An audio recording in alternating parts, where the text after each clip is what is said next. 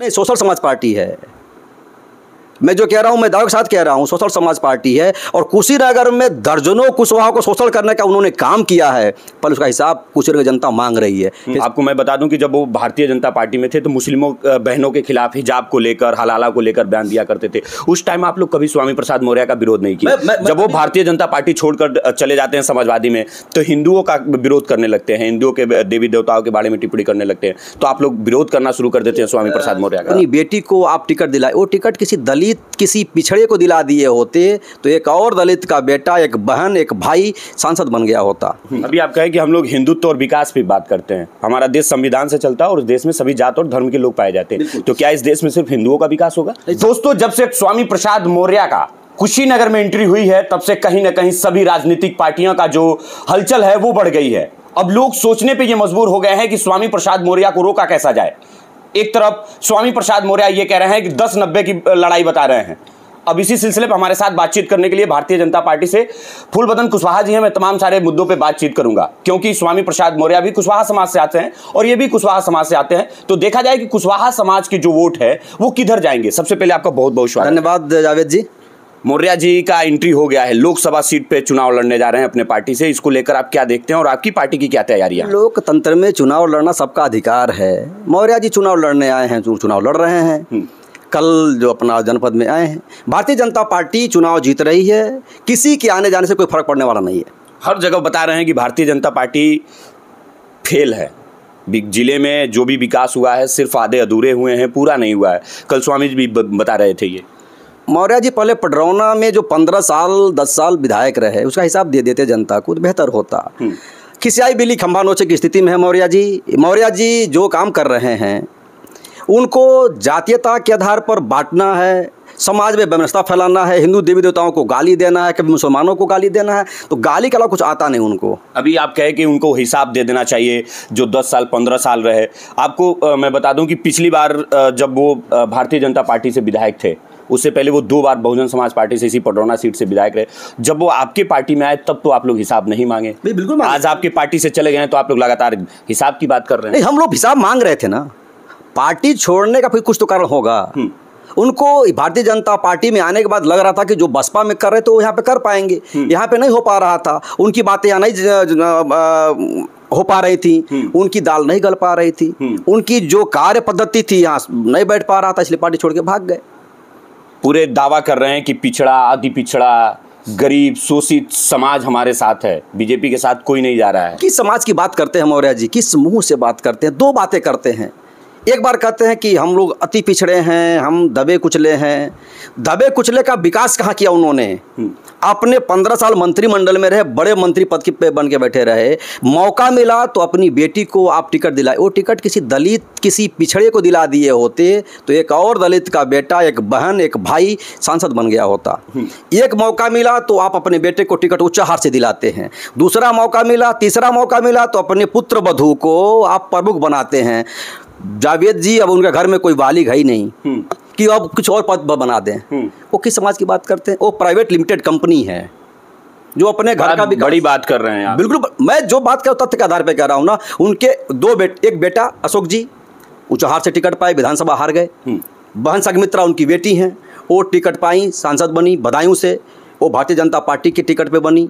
उनकी पुत्र वधू प्रमुख बनी भारतीय जनता पार्टी की सरकार में। चौथा, उनके घर में कोई बालिग है क्या और 18 वर्ष की उम्र के ज़्यादा है क्या कोई जो चुनाव लड़ सके? शायद नहीं है। अगर होता तो उसको भी कुछ बनाए होते और भाजपा में रह के बनाए होते। तो कहीं ना कहीं आपका कहना यह है कि स्वामी प्रसाद मौर्य परिवार के लिए लड़ते हैं। पर वो प्राइवेट लिमिटेड कंपनी है, लड़ते नहीं। प्राइवेट लिमिटेड कंपनी है, सबका साथ और अपना विकास के मुद्दे पे काम करते हैं। और भारतीय जनता पार्टी सबका साथ सबका विकास के मुद्दे पे काम करती है। वो कल मीडिया से बातचीत करते हुए उन्होंने कहा कि मैं भारतीय जनता पार्टी का खटिया खड़ी बिस्तर गोल कर दूंगा। जिसका खुद बिस्तरा, बोरिया बिस्तरा कुशीनगर से बध चुका हो, वो क्या खड़ा कर पाएगा? जो भारतीय जनता पार्टी 400 पार की बात करती है और माननीय मंत्री जी एक सीट के लिए लड़ रहे हैं, जिस पार्टी से लड़ रहे हैं वो पार्टी का नाम जानते हैं? राष्ट्रीय शोषित समाज पार्टी। शोषित नहीं, सोशल समाज पार्टी है।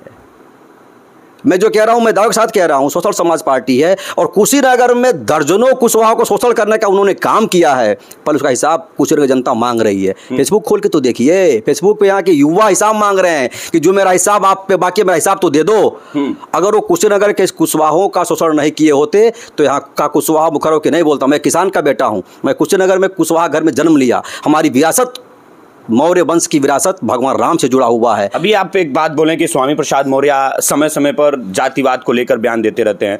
आपको मैं बता दूं कि जब वो भारतीय जनता पार्टी में थे तो मुस्लिमों बहनों के खिलाफ हिजाब को लेकर, हलाला को लेकर बयान दिया करते थे। उस टाइम आप लोग कभी स्वामी प्रसाद मौर्य का विरोध नहीं किया। जब वो भारतीय जनता पार्टी छोड़कर चले जाते हैं समाजवादी में तो हिंदुओं का विरोध करने लगते हैं, हिंदुओं के देवी देवताओं के बारे में टिप्पणी करने लगते हैं, तो आप लोग विरोध करना शुरू कर देते हैं स्वामी प्रसाद मौर्य का। जावेद जी, जब जब कोई व्यक्ति मूल्य और सिद्धांतों के आधार छोड़कर अपने व्यक्तिगत स्वार्थ में मूल्य विहीन, सिद्धांत विहीन बात करता है तो भारतीय जनता पार्टी का एक एक कार्यकर्ता उसका विरोध करता है। क्योंकि हम लोग पूज्य महाराज जी के शिष्य हैं, हिंदू ये वाहिनी में काम करते हैं, हमको 20 साल हो गया है।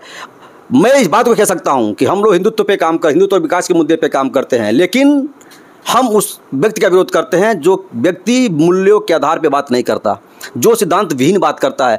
कभी क्या बोल देना कोई मालूम नहीं, कभी देवी दुर्गा को गाली देगा, कभी मुस्लिम बहनों को गाली देगा। ऐसे व्यक्ति का कोई सिद्धांत नहीं। अभी आप कहें कि हम लोग हिंदुत्व और विकास पे बात करते हैं, हमारा देश संविधान से चलता है और उस देश में सभी जात और धर्म के लोग पाए जाते हैं, तो क्या इस देश में सिर्फ हिंदुओं का विकास होगा? सबका, मैं कह रहा हूँ हमारे पार्टी का एजेंडा है बाबू कि सबका साथ, सबका विकास और सबका विकास और विश्वास। हम इस मुद्दे पे बात करते हैं। मैं बार बार कहता हूं कि आप अगर मुसलमान हैं टोपी लगाइए, हम टोपी नहीं लगाएंगे, हम टीका लगाते हैं। दोनों लोग मिलकर विकास के मुद्दे पे बात करें। दिक्कत तब होती है कि जब एक ही व्यक्ति, मौर्य जी जब मंदिर में जाना होगा, मंदिर जाकर टीका लगवा लेंगे और फिर जाके मस्जिद में सजदा कर रहे हैं। इस टाइम बड़ा विरोध कर रहे हैं, देवी जो हिंदू धर्म में काल्पनिक बता रहे हैं कि बिल्कुल ये काल्पनिक है। अगर आपके घर 10 हाथ वाले लड़का पैदा हो तो उसे बता दीजिए। वो लगातार कह रहे हैं मौर्य जी। तो मैं कहा ना आपसे कि कुशीनगर में आए तो भगवान बुद्ध और भगवान राम के नाम पर बांटने का एक बहुत बड़ा प्रयास किया, यहाँ के कुशवाहों को तोड़ने का प्रयास किया। लेकिन आप जब जाएंगे कुशीनगर जनपद के विभिन्न ब्लॉकों में जहाँ पे कुशवाहा बहुल है, 14% कुशवाहा न्यास नहीं है ना, जहाँ पे जाएंगे वो यहाँ का कुशवाहा गले में तुलसी की कंठी पहनता है। और मैं दाव के साथ कह सकता हूँ कि ब्राह्मण से ज़्यादा शाकाहारी और सात्विक कोई होगा तो कुशवाहा मिलेगा। और इस बात को मैं नहीं कह रहा हूँ, कुशवाहा समाज, ब्राह्मण समाज के लोग भी कहते हैं। इस कुशवाहा समाज को तोड़ने का जो प्रयास मौर्य ने किया इस जनपद में आके, इसका मैं विरोध करता हूं। और भगवान राम के नाम पर बांटेंगे, भगवान बुद्ध के नाम पर बांटेंगे। भगवान बुद्ध की पूजा हर हिंदू घरों में होती है, ऐसे नहीं परंपरागत तरीके से होती आ रही है। और कुशीनगर की पहचान अगर भगवान बुद्ध से है जावेद जी, तो मैं इस बात को दाव के साथ कह सकता हूं कि कुशीनगर की पहचान भगवान राम के बड़े पुत्र कुश के नाम पर भी है, क्योंकि कुश की राजधानी कुशीनगर हुआ करती थी। भगवान राम के वंश, हम हमारे पूर्वज भगवान राम हैं, हम उनके वंशज हैं, हम कुश के वंशज हैं। और ये मैं नहीं कह रहा हूँ, ये सुप्रीम कोर्ट में इसका जीता जागता प्रमाण और बयान हल्फी राजस्थान की रहने वाली हमारी बहन दिया कुमारी ने दिया। जब सुप्रीम कोर्ट ने मांगा कि कुशवाहा समाज का राम का वंशावली ला के दो, तो भगवान राम की वंशावली अगर किसी के पास पूरे दुनिया के अंदर है तो केवल मौर्य वंश के पास है, हमारे पास है। मौर्य वंश की बात करते हैं तो स्वामी प्रसाद मौर्य जो है वो अशोक सम्राट जी का जयंती काफ़ी धूमधाम से मनाते हैं, बड़े बड़े सभा इसी पटौना में करते हैं। हम लोग भी मनाते हैं ना, वो उनका थोड़ी ना है। सम्राट अशोक हमारी पहचान है। वो तो मंचों से छुट्टी की बात करते थे, सदन में कभी नहीं बोलते। और मंच से जब आएगी सरकार नहीं रहेगी तो कहेंगे छुट्टी होनी चाहिए। हमारी पहचान छुट्टियों से नहीं है। सत्यमेव जयते कौन दिया?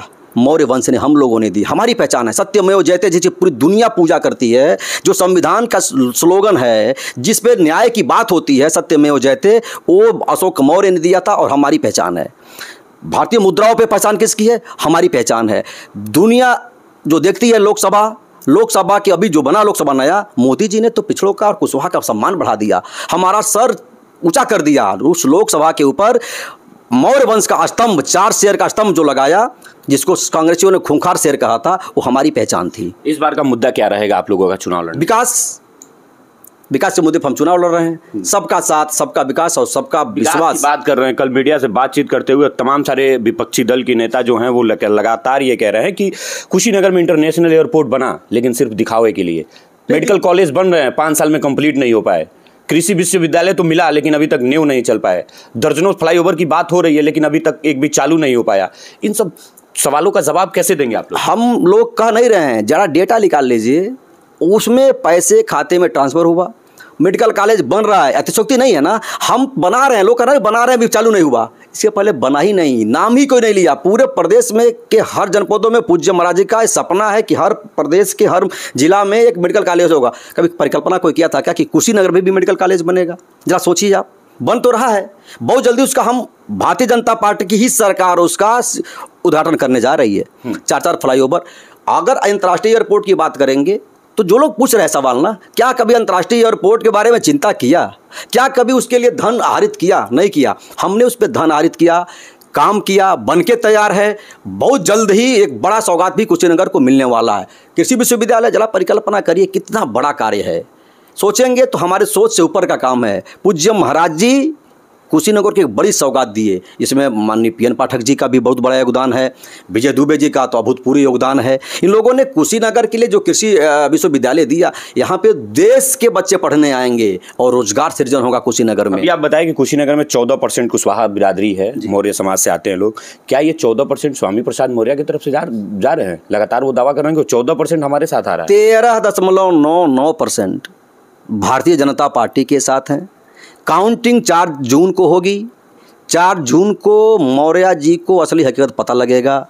अगर वो हकीकत जानते भी हैं, वो अपनी ज़मीन तलाश रहे हैं, क्योंकि हर पार्टी में घूम चुके हैं। अब कहाँ जाएंगे? बसपा हो गया, भाजपा हो गया, सपा हो गया, अब एक पार्टी बनाया है सोशल समाज पार्टी। वो ज़मीन तलाश रहे हैं, लेकिन कुशीनगर की जनता और कुशवाहा उसकी ज़मीन को खसका चुकी है। 4 तारीख को उनको पता लगेगा और दोबारा शायद कुशीनगर में दोबारा आने का प्रयास नहीं करेंगे। तो स्वामी प्रसाद मौर्य जब से जिले में रोड शो किए हैं, कहीं ना कहीं अन्य जो राजनीतिक पार्टियों के नेता हैं, प्रत्याशी हैं, उनका जो नींद है वो उड़ गया है, क्योंकि स्वामी प्रसाद मौर्य लगातार जो है वो अति पिछड़ा की बात कर रहे हैं, पिछड़ों की बात कर रहे हैं। अब 4 जून को ये तय हो जाएगा कि कौन से लोग किधर वोट करेंगे और किसके सर पर ताज पहनाएंगे। पूरे वीडियो में आप लोगों की क्या प्रतिक्रिया है कमेंट बॉक्स में बताइएगा। वीडियो को लगातार शेयर करिएगा। बहुत बहुत धन्यवाद। जय हिंद।